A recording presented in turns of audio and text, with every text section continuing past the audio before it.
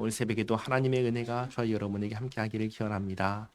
5절 말씀 보시면 그는 바벨론 군대를 말합니다. 그는 술을 즐기며 거짓되고 교만하여 가만히 있지 아니하고 스월처럼 자기의 욕심을 넓히며 또 그는 사망 같아서 족한 줄을 모르고 자기에게로 여러 나라를 모으며 여러 백성을 모으나니 그 무리가 다 속담으로 그를 평론하며 조롱하는 시로 그를 풍자하지 않겠느냐.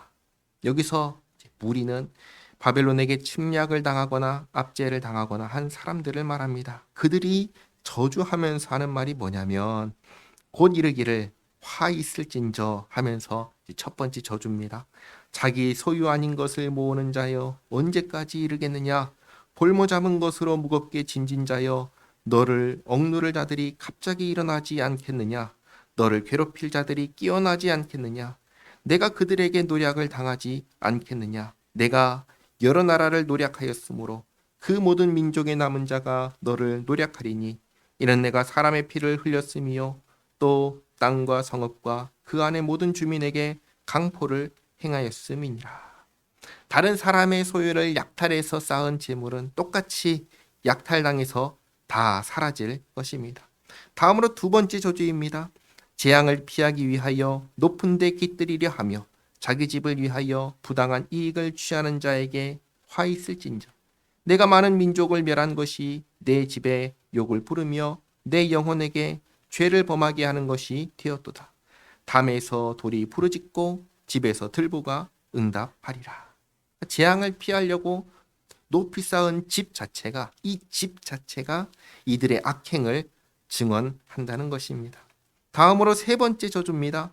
피로 성읍을 건설하며 불의로 성을 건축하는 자에게 화 있을진저.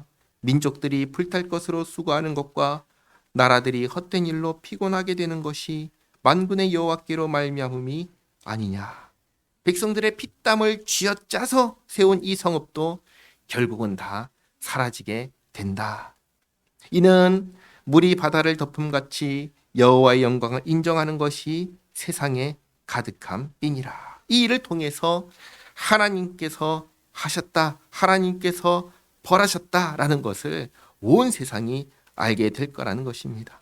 다음은 네 번째 저주입니다. 이웃에게 술을 마시게 하되 자기의 분노를 더하여 그에게 취하게 하고 그 하체를 드러내려 하는 자에게 화 있을진저. 내게 영광이 아니요 수치가 가득한즉 너도 마시고 너의 할례 받지 아니한 것을 드러내라. 여호와의 오른손의 잔이 내게로 돌아올 것이라. 더러운 욕이 내 영광을 가리리라. 이는 내가 레바논에 강포를 행한 것과 짐승을 죽인 것 곧 사람의 피를 흘리며 땅과 성읍과 그 안의 모든 주민에게 강포를 행한 것이 내게로 돌아오리라. 다른 사람을 수치스럽게 한 그대로 자신도 수치를 당하게 될 것입니다. 마지막 다섯 번째 저주입니다. 새긴 우상은 그 새겨 만든 자에게 무엇이 유익하겠느냐. 부어 만든 우상은 거짓 스승이라. 만든 자가 이 말하지 못하는 우상을 의지하니 무엇이 유익하겠느냐. 나무에게 깨라 하며 말하지 못하는 돌에게 일어나라 하는 자에게 화 있을진저. 그것이 교훈을 베풀겠느냐. 보라, 이는 금과 은으로 입힌 것인즉 그 속에는 생기가 도무지 없느니라. 오직 여호와는 그 성전에 계시니 온 땅은 그 앞에서 잠잠할지니라 하시니라. 아멘. 우상은 말할 수가 있나요? 말할 수가 없죠. 우상은 침묵할 수밖에 없습니다. 그리고 그런 우상을 숭배하는 자들에게 침묵하라, 잠잠하라 하십니다. 또 온 땅은 잠잠하라 하십니다. 왜 그런가? 하나님께서 지금 온 땅을 통치하고 계시고 이들을 모두 심판하실 것이기 때문입니다. 하박국은 하나님께서 침묵하신다 생각했습니다. 그래서 1장부터 악인을 벌하실 것을 호소했습니다. 그런데 바벨론을 들어서 벌하신다 하셨을 때 이상하다 생각하고는 다시금 하나님의 거룩하심과 공의를 들어서 질문했습니다. 그리고 오늘 이렇게 하나님께서 대답해 주셨습니다. 하나님은 침묵하고 계신 게 아니었습니다. 하나님은 아무것도 하지 않고 계신 게 아니었습니다. 하나님은 지금도 온 세상을 다스리고 계셨습니다. 하나님께서 바벨론 군대를 보내서 남유다를 치게 하신 것은 결코 부당한 일이 아니었습니다. 왜냐? 죄인을 벌하시는 것이었습니다. 다만 바벨론을 심판의 도구로 사용하신 것입니다. 그리고 바벨론도 하나님의 때에 죄에 대하여 마땅한 벌을 받게 하실 것이었습니다. 그러면 이제 중요한 것은 바벨론이 아닌 겁니다.